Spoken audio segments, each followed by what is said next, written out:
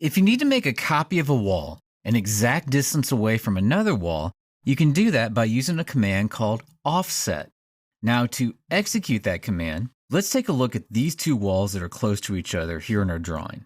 What I'd like to do is make a copy of this wall here and copy it over to the right-hand side to make a similar space as to what we see over here on the left-hand side.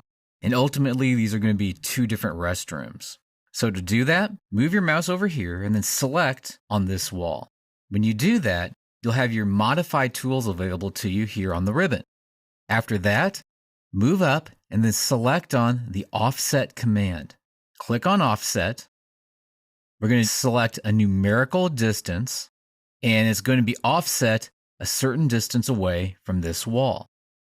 Now, I do want it to be offset 8 feet.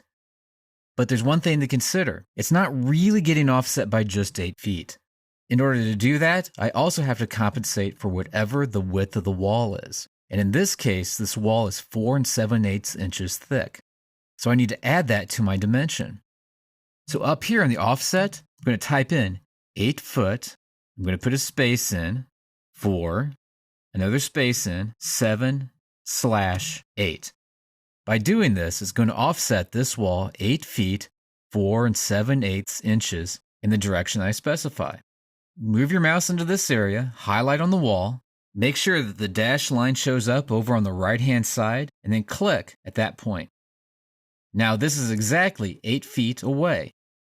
Actually, from the face of this wall to the face of this wall, exactly 8 feet. If we want to take a look at that, we can. Hit escape a couple times on the keyboard, select on one of your walls. It actually doesn't matter which one you select. Come up here and then choose on Measure Between Two References. Click the face of this wall, then click the face of the other wall, and you'll see that it's 8 feet in between them. The trick is to first select the wall that you want to offset.